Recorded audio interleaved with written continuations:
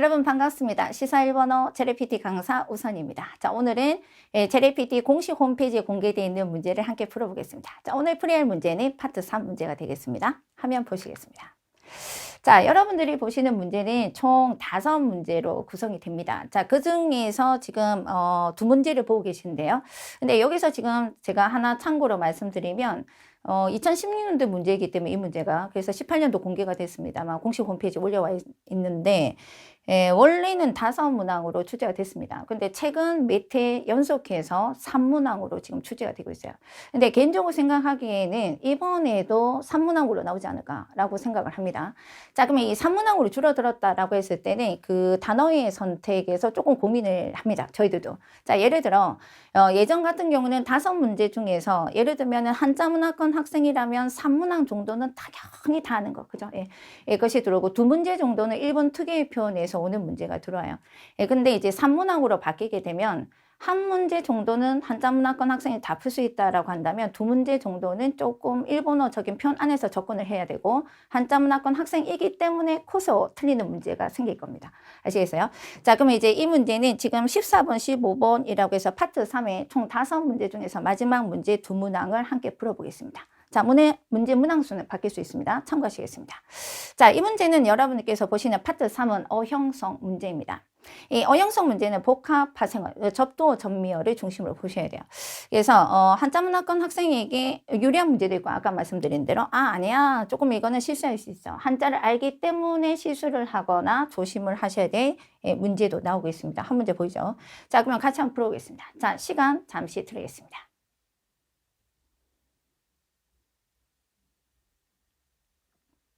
자, 푸셨습니까? 네. 자, 그러면 같이 한번 풀어보겠습니다. 자, 이 문제는 기본은 너무 쉬운 문제죠. 이거 우리들이 너무 좋아하는 문제죠. 이런 문제만 나왔으면 좋겠는데 그렇지 못합니다. 자, 그래서 요거는 접두 문제인데 카이후 시데모. 자, 개봉입니다. 그죠? 예. 자, 봉한 것을 뜻습니다. 자, 개봉을 하더라도 나니나니 시오노 모노와 헨빈 카노데스. 자, 반품이 가능하다는 것은 개봉하더라도 아직 사용하지 않았다는 뜻이에요. 그래서 바로 우리들도 알고 있는 자, 여기서는 정답이 자, 여러분들 선택하셨던 4번이 됩니다. 자, 이 아니미자라고 하는 것은 그 상태에 아직 이르지 못했다, 이르지 않았다라는 뜻이기 때문에 미사용의 제품, 물건은 반품이 가능하다. 자, 햄빈이라고 있는 것도 한번 체크를 해볼까요? 네. 자, 반품 가능하다라는 뜻이 되겠습니다.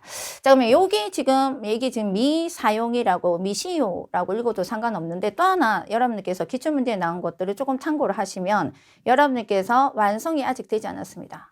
자, 완성이라는 단계에 미치지 않았다 그러면 미칸세 이렇게 해서 응용을 하실 수 있으셔야 됩니다. 아시겠죠? 네. 자, 그러면 이제 그 외의 것들을 조금 살펴보도록 하겠습니다. 자, 먼저 첫 번째 1번이 되겠습니다. 자, 1번 선택지는 우리가 바깥에라고 배웠던 외출, 외식인데 이거는 단어이고요. 예, 바깥이라고 하는 뜻의 훈독이 아니라 자, 어형성 문제로 들어가야 되니까 자, 이거는 전미어가 되겠습니다. 이 전미어가 되면 이것을 가이라고 있는데 자, 이 가이라고 하는 것은 어떤 범위에서 벗어납니다. 자, 범위에서 벗어남이라고 하는 뜻을 가지고 있죠. 자, 그래서 만약 이 단어가 시험 문제가 나오면 예를 들면은 예상이라고 하는 범주에서 벗어난다. 그럼 요소 가이. 자, 이렇게 해서 쓸 수 있겠죠. 예, 참고하시겠습니다. 자, 그 다음에 요거는 아니 부자입니다. 그래서 이 단어는 부의 발음을 하니까 여러분들이 부에 해당이 되는 후, 부 이렇게 읽으려고 하는데 자, 요거는 어떻게 읽어야 되냐면 히라고 읽어주셔야 돼요. 그죠? 그래서 이 단어는 보통 히테이라고 하는 명사가 있긴 합니다만 히테이스르라고 자, 그래서 아니다라는 뜻으로서 쓰는 표현이 되겠습니다. 자, 그 다음에 요거는 앞전자인데 기본은 이게 마이가 되면 앞이라든지 정면을 나타내는 표현이지만 이건 어형성 문제니까 어디까지나 젠으로 읽으셔야 됩니다. 자, 그래서 이 젠이라고 하는 것은 이전을 가리키죠. 이전 수상이라든지 이전 대통령이라든지 쓸 수 있습니다. 자, 그 다음에 아까 좀 전에 체크하셨던 아직 범죄의 범위의 상태에 이르지 못하다. 아직 그 상태에 이르지 못하다라는 뜻으로서 미완성, 자, 미사용이 되겠습니다. 정답 4번 확인합니다. 자, 그 다음에 이제 여러분들이 고민하셨을 문제가 보이고 있습니다. 선택지, 그죠? 예. 자, 이 선택지에 나오는 동사들이 사실은 1번이나 2번이 조금 까다로운 동사들이에요. 예, 그거를 이제 응용을 하시면 충분히 하실 수 있는 문제인데, 주켄세이 나노데, 자, 뒤에, 벤교, 나니나니노 마이니치다. 자, 수험생이랍니다. 자, 수험생은 우리들이 공부하는 시간보다 더 많이 공부하겠죠. 그래서 공부를 매일매일 한다. 아주 공부 열심히 한다. 자, 이런 표현을 만들어야 되는데, 보시면 이게 이제 일본어적인 표현 안에서 접근을 해야 돼요. 자, 우리가 보는 1번의 선택지는 이게 당글지라고 합니다. 그렇죠? 왜? 그래서 여러분께서 보시는 이 당글지는 당그다, 적시다, 뭐 또는 절이다, 소금이다, 절이다 이렇게 해서 츠케모노 들어보셨습니까? 예. 자, 그런 합성어를 만들 수도 있는데 여기에서는 원래 츠케루라고 하는 동사가 맞아요. 그러니까 츠케루란 동사가 당그다, 적시다인데 이게 앞에 벤교라고 하는 단어와 츠케루가 붙으면서 앞에 있는 단어의 음의 영향을 받아서 뒤에 탁점이 생깁니다. 그죠? 그래서 두 개의 단어가 붙었을 때 그 바로 뒤에 있는 단어의 첫 음절에 탁점이 생겨요. 그래서 이런 것들 우리가 연탁이라고 하는데, 그래서 탁점이 붙은 것 뿐이에요.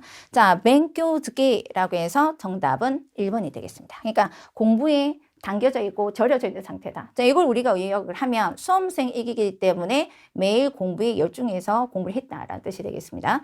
자, 그러면 이제 이 문제를 풀 때 한자 공부가 조금 된 학생들은, 그러니까 뭐 중고학생들이라든지 한자 문화권 학생들 또는 우리나라 학생들 중에서도 한자 공부 조금 충실하게 하신 분들은 이것도 지금 적시다인데, 요거는 당거다. 요것도 먼저 비슷한 틱하게 느껴지는 거죠. 그래서 요거를 우리가 적실침이라고 합니다. 침수라고 해서 이거는 흠뻑 액체에 적시는 것이거든요. 그래서 히타스라고 해서 예를 들면 침수라고 하는 명사를 만들거나 당그다, 그 다음에 적시다 이런 표현을 할 수 있으니까 자 1번의 합성어를 만드는 형태에서 이 단어는 주의를 하셔야 됩니다. 반드시 벤교 즈케가 되겠습니다. 그래서 우리가 이거는 이제 시험 단어는 아닙니다만 하룻밤에 공부를 해서 벼락치기 공부해서 하루에 공부에 홀딱 빠져있을 때 그래서 벼락치기 공부를 했다 그러면 이치야즈케데 시켄벤교시다 이런 벼락치기 공부이거든요. 자 이렇게 해서 단어를 만들어 갈 수 있습니다. 자 그 다음에 이제 연결하는 것은 삼수변이 붙어 있네요. 그죠? 예, 여기도 지금 삼수변이 붙어 있고 물과 관련된 이거는 녹을 용자가 되겠습니다. 토끼루 녹다. 그죠?